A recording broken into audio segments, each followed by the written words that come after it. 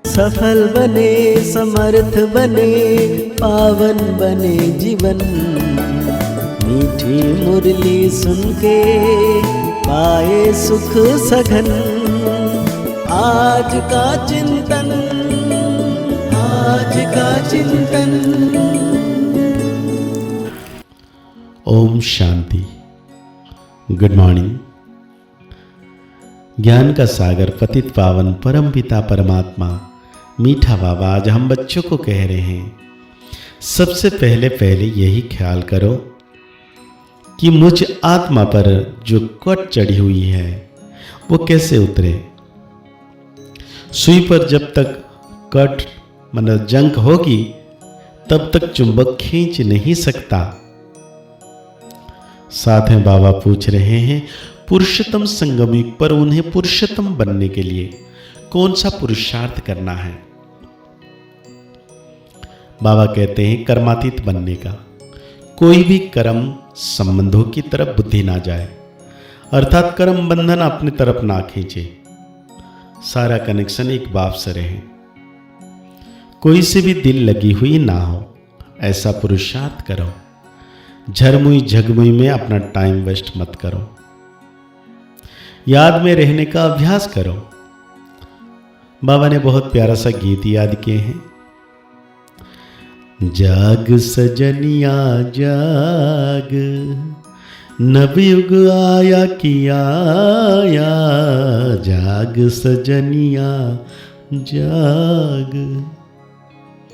बाबा कहते रूहानी बच्चों, आत्माओं ने शरीर द्वारा गीत सुना, क्योंकि बाप अभी बच्चों को आत्मा अभिमानी बना रहे हैं।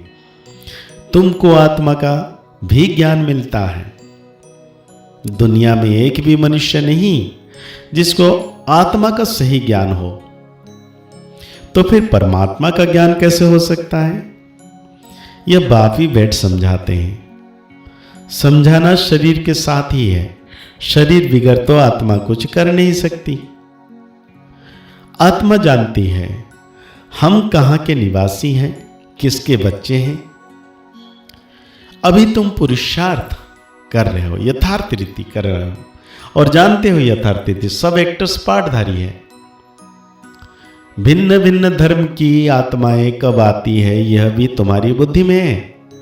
बाप डिटेल नहीं समझाते हैं, मुट्ठा मतलब होलसेल समझाते हैं। होलसेल अर्थात एक सेकेंड में ऐसे समझानी देते हैं जो सतयुग आदि से लेकर अंत तक मालूम पड़ जाता है कि कैसे हमारा पाठ नोंधा हुआ है। अभी तुम जानते हो बाप कौन है, उनका इस ड्रामा के अंदर क्या पार्ट है। यह भी जानते हो ऊंचे ते ऊंच बाप है, सर्व का सदगति दाता, दुख हरता सुख करता है। शिव जयंती गाई हुई है, जरूर कहेंगे शिव जयंती सबसे ऊंच है। खास भारत में ही जयंती मनाते हैं। जिस की रजाई में जिस ऊंच पुरुषार्थ की, पुरुष की पास्ट की हिस्ट्री अच्छी होती है तो उनकी स्टैम्प भी बनती है। अब शिव की जयंती भी मनाते हैं। समझाना चाहिए सबसे ऊंच जयंती किसकी हुई, किसकी स्टैम्प बनानी चाहिए। कोई साधु संत अथवा सिखों का, मुसलमानों का व अंग्रेजों का कोई फिलोसोफर अच्छा होगा तो उनके स्टैम्प बनाते रहते हैं। जैसे राणा प्रताप आदि की भी बनाते हैं। अब वास्तव में स्टैम्प होनी चाहिए बाप की, जो सबका सदगति दाता है। इस समय बाप ना आए तो सदगति कैसे हो, क्योंकि सब रौरव नरक में गोता खा रहे हैं। सबसे ऊंचे ते ऊंचे हैं शिवा व पतित पावन। मंदिर भी शिव के बहुत ऊंचे स्थान पर बनाते हैं, क्योंकि ऊंचे ते ऊंचे है ना। बाप ही आकर भारत को स्वर्ग का मालिक बनाते हैं। जब वो आते हैं तब सदगति करते हैं, तो उस बाप को ही याद करनी चाहिए जो सदगति करते हैं। कितना प्यार से याद करना चाहिए। अभी तुम बच्चों को बाप समझाते हैं तुम औरों पर भी रहम करो, अपने ऊपर भी आप ही रहम करो। टीचर पढ़ाते हैं, यह भी रहम करते हैं ना, यह भी कहते हैं मैं टीचर हूं, तुमको पढ़ाता हूं। वास्तव में इसका नाम पाठशाला भी नहीं कहेंगे, यह तो बहुत बड़ा यूनिवर्सिटी है, बाकी सब है झूठ नाम। वो कोई सारे यूनिवर्स के लिए कॉलेज तो है नहीं, तो यूनिवर्सिटी है ही एक बाप की जो सारे विश्व की सदगति करते हैं। वास्तव में यूनिवर्सिटी यह एक ही है, इन द्वारा ही सब मुक्ति जीवन मुक्ति में जाते हैं, अर्थात शांति और सुख को प्राप्त करते हैं। यूनिवर्स तो यह हुआ ना, इसलिए बाबा कहते हैं डरो मत। यह तो समझाने की बात है। ऐसे भी होता है इमरजेंसी के टाइम में कोई किसी की सुनते भी नहीं है। प्रजा का प्रजा पर राज्य चलता है और किसी धर्म में शुरू से रजाई नहीं चलती। वो तो धर्म स्थापन करने आते हैं, फिर जब लाखों के अंदाज में हो तब राजाई कर सके। यहां तो बाप राजाई स्थापन कर रहे हैं यूनिवर्स के लिए, यह भी समझाने की बात है। देवी राजधानी इस पुरुषोत्तम संगम पर स्थापना कर रहे हैं। बाबा ने समझाया है, श्री कृष्ण, श्री नारायण, श्री राम आदि के काले चित्र भी तुम हाथ में उठाओ, फिर समझाओ कि श्री कृष्ण को श्याम सुंदर क्यों कहते हैं। सुंदर था, फिर श्याम कैसे बनते हैं? मतलब भारत ही हेवन था, अब हेल है। हेल अर्थात काला, हेवन अर्थात गोरा। राम राज्य को दिन, रावण राज्य को रात कहा जाता है। तो तुम समझा सकते हो देवताओं को काला क्यों बनाया है।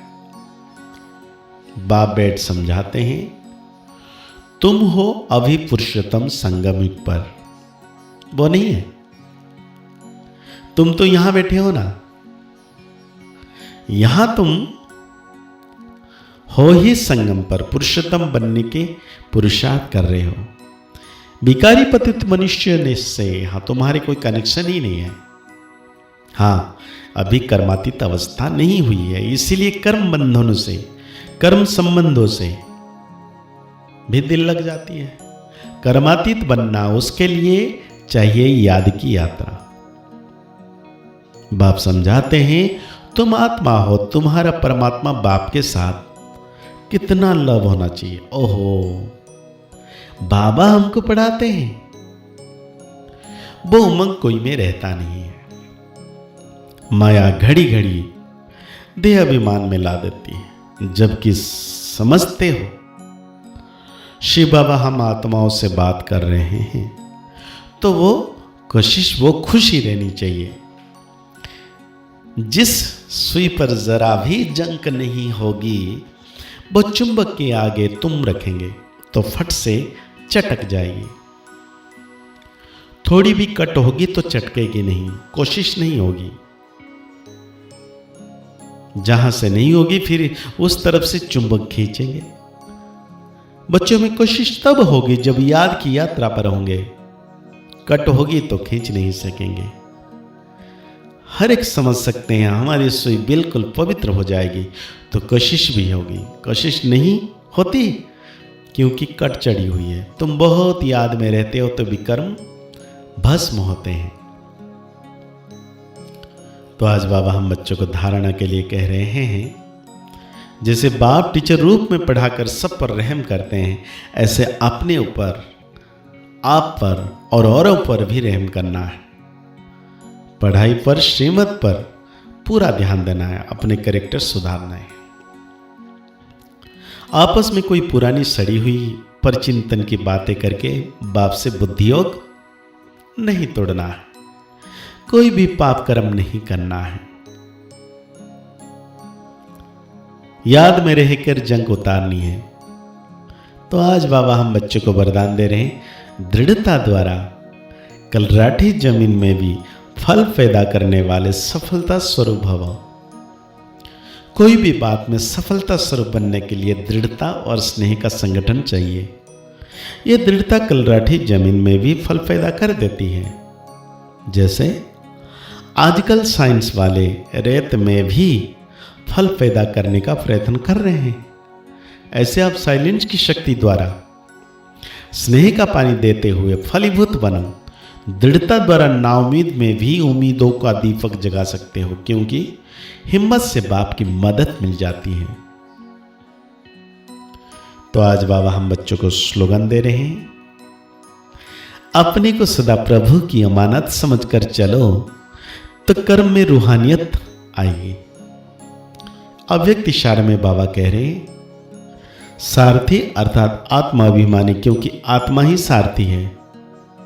ब्रह्मा बाप ने इस विधि से नंबर 1 की सिद्धि प्राप्त की, तो फॉलो फदर करो। जैसे बाप देह को अधीन कर प्रवेश होते अर्थात सारथी बनते हैं, देह के अधीन नहीं होते, इसलिए न्यारे और प्यारे हैं। ऐसे ही आप सभी ब्राह्मण आत्माएं भी बाप समान सारथी की स्थिति में रहो। सारथी स्वतः ही साक्षी हो, कुछ भी करेंगे, देखेंगे, सुनेंगे और सब कुछ करते भी माया की लेप छेप से निर्लिप रहेंगे।